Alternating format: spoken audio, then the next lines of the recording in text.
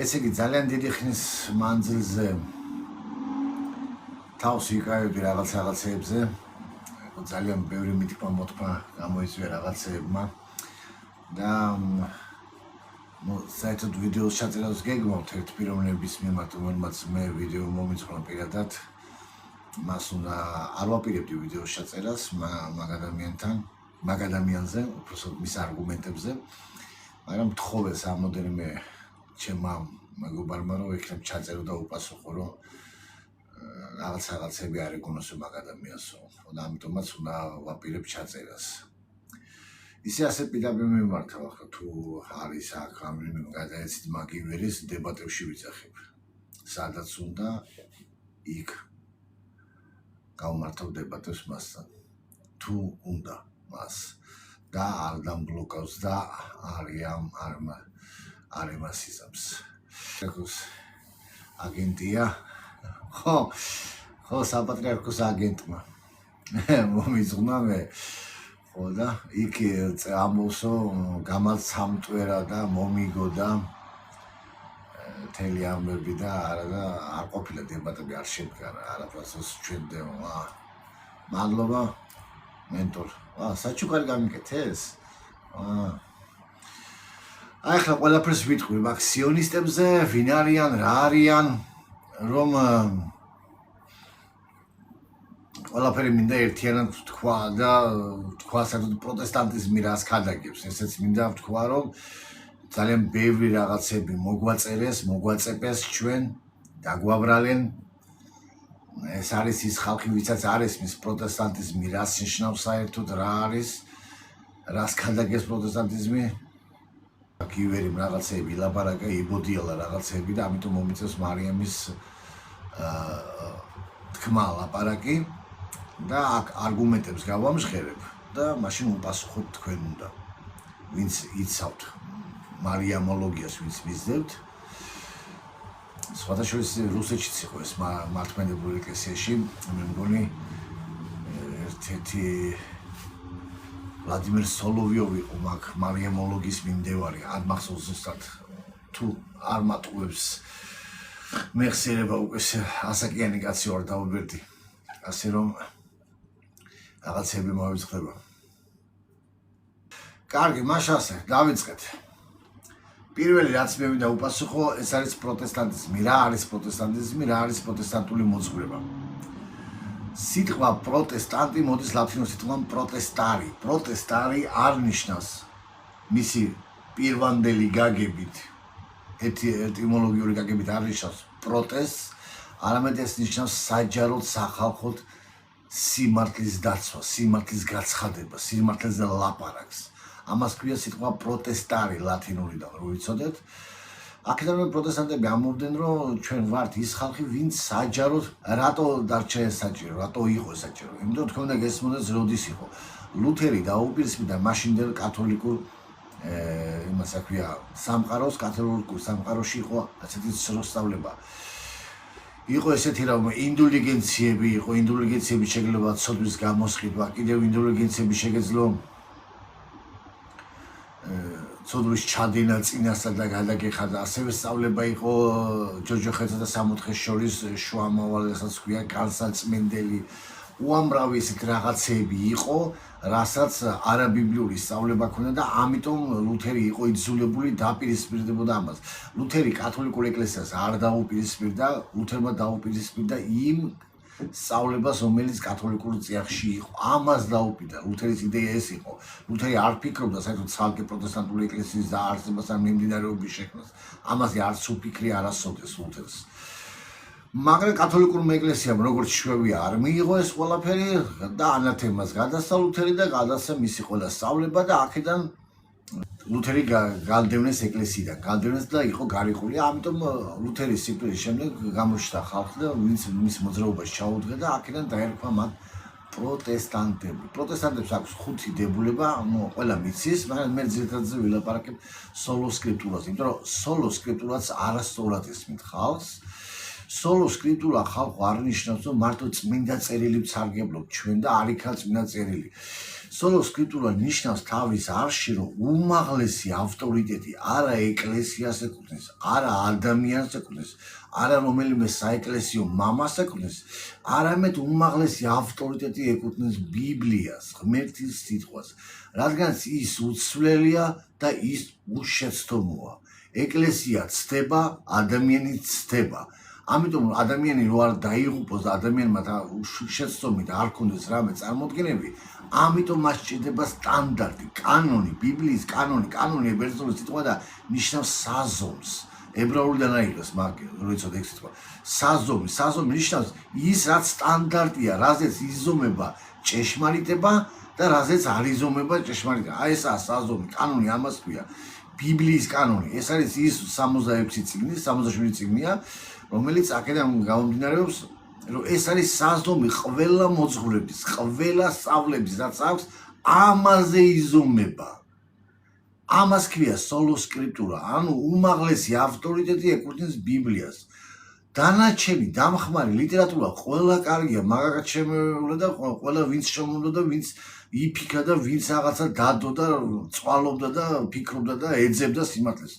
მაგათ შემოულა ჩემი თავი, მაგრამ ის რაც არ ეწინააღმდეგება ბიბლიას, რაც ეწინააღმდეგება ამ საზომს და არ შეიძლება ამ საზომის იმაში, ის არის არაბიბლიური, ანუ არაკანონიკური, რასაც ქვია.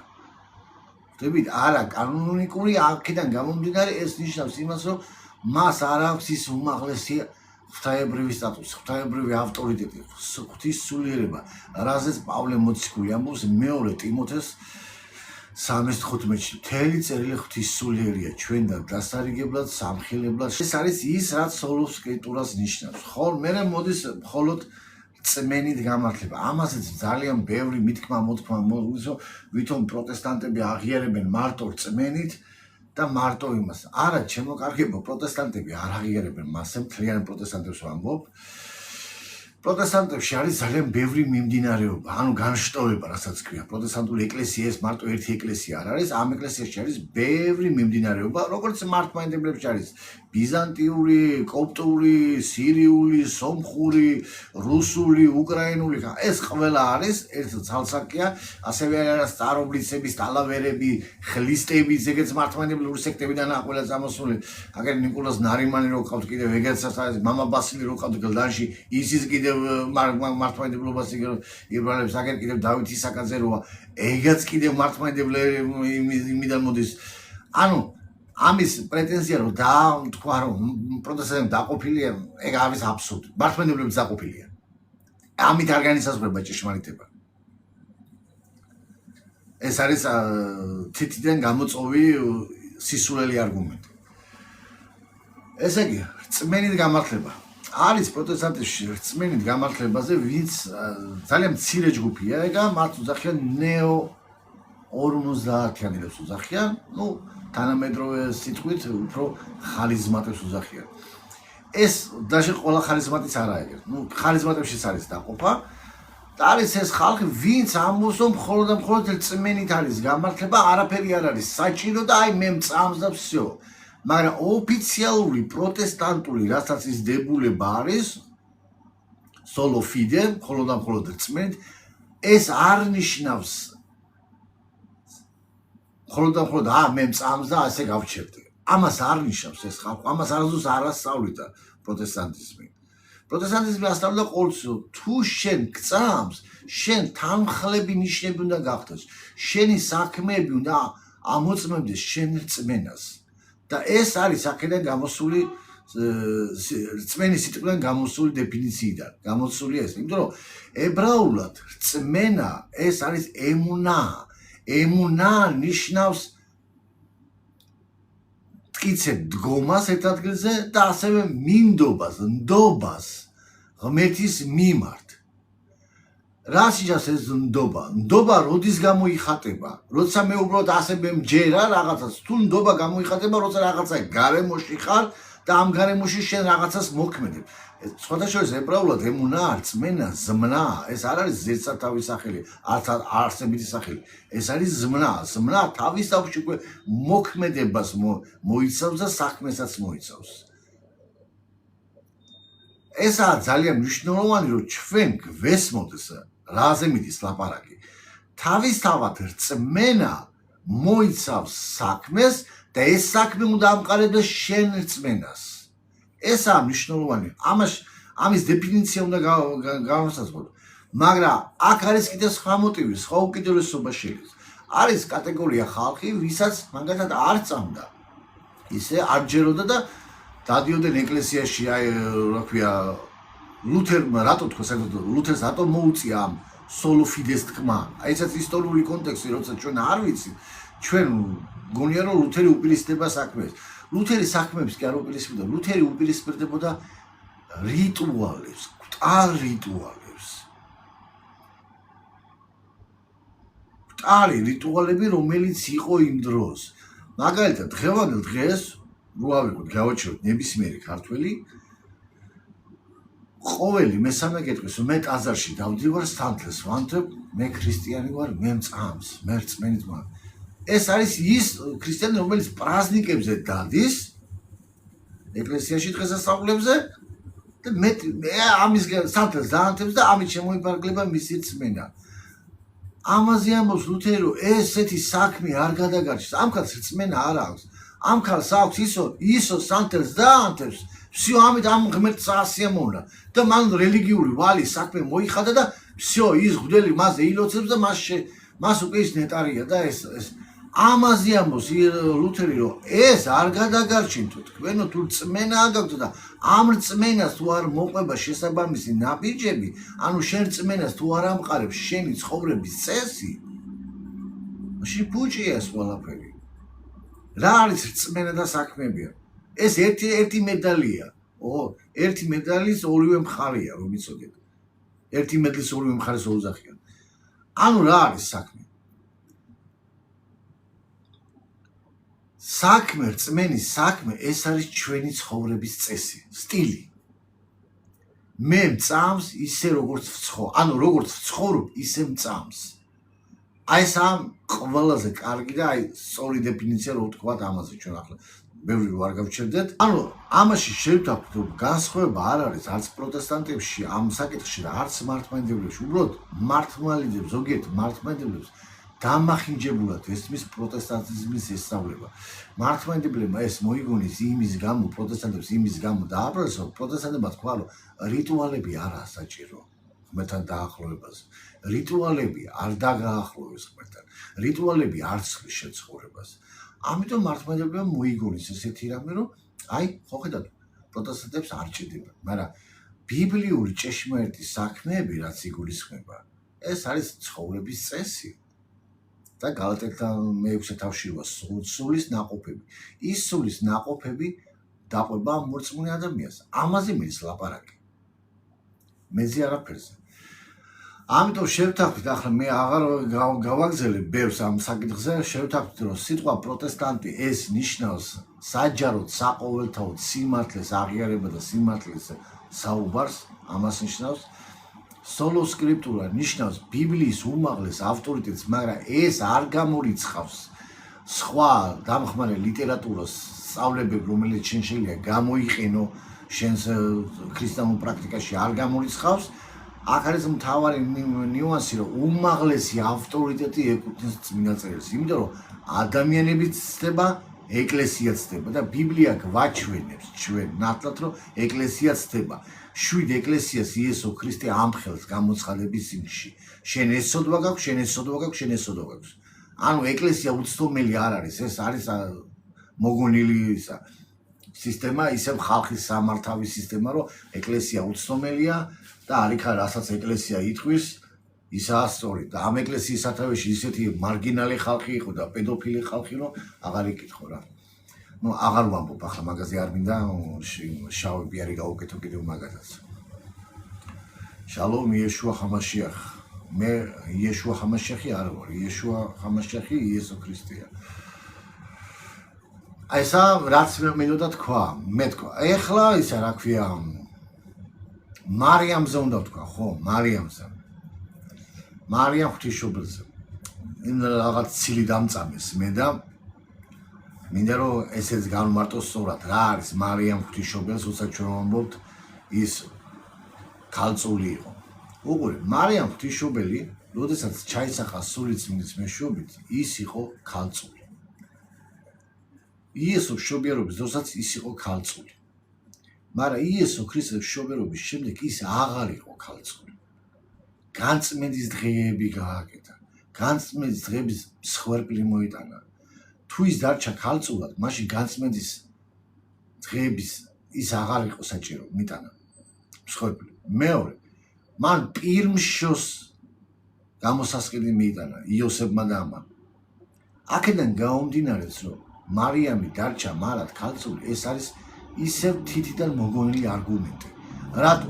იდეა საერთოდ რომ იცოდით ისტორია მარიამ ღვთისმშობლის მარად ქალწულობის, ანუ იესო ქრისტეს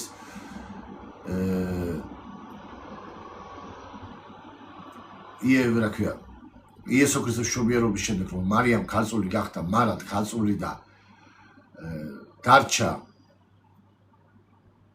იოსებთან არ უცხოვრია საერთოდ, ეს იდეა მოდის მეორე საუკუნის ბოლოს შექმნილი იაკობის სახარებიდან. ანუ მეორე საუკუნეში გაჩნდა ეს ერესი, ტყუილი, რაც მარიამის მარად ქალწულობაზე ლაპარაკობს. დანარჩენი პირველი წყაროები, პირველი წყაროები, რასაც ქვია, პირველი წყაროები ჩვენ გვაქვს სახარება, არ აღიარებს ამას, არ ამბობს ამას. პლუს ამას უნდა გესმოთ ებრაული ცხოვრების წესი. ქრისტიანობა დაფუძნებულია იუდაიზმზე. იუდაიზმია ფესვი. იუდაიზმი არის ფუნდამენტი, რასაც ქრისტიანობა დაემყრო, რომ იცოდეთ. ეს ფესვი ამბობს, რომ ცოლქმრული ურთიერთობა ეს არის ყველაზე წმინდა ურთიერთობა. და ამაში არაფერი ბილწი და მანკიერი არ არსებობს. რადგანაც ცოლქმრობა ეს არის ყველაზე წმინდა ურთიერთობა და იუდაიზმში ეთითლება ღმერთის მსახურებად ითვლება ცოლქმრული ურთიერთობა. ეს ახლა თქვენ როგორც გინდა ისე გაიგეთ, ან თუნდა მიიღეთ, ან თუნდა არ მიიღოთ. მაგრამ მე გეუბნებით როგორც ისტორიულ წყაროს. ისტორია ასე იყო. თუ თქვენ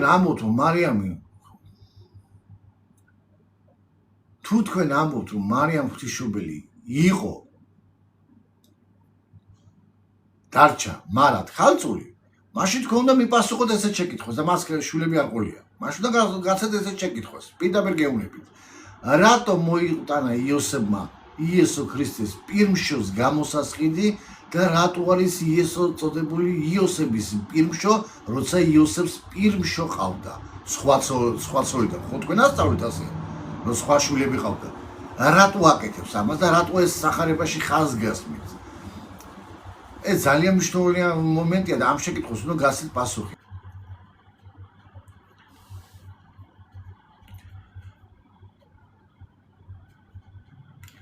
დედით არ გადადიოდა, დედით გადადიოდა დაიწყო მე-11 საუკუნეში ჯვაროსნული ომის შემდეგ. მანამდე დედით ისრაელში არასდროს არ გადადიოდა ეგ არის აბსურდი.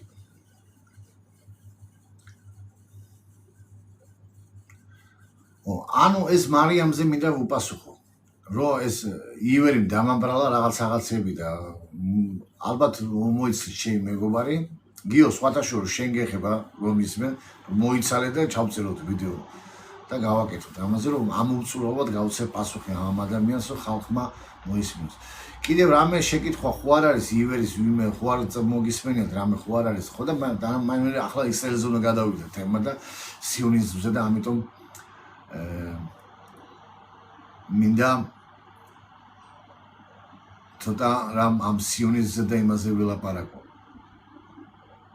ანუ მე გაგეცით ხო პასუხი იმაზე რას ნიშნავს პროტესტანტიზმი, რას ნიშნავს რწმენით გამართლება და რას ნიშნავს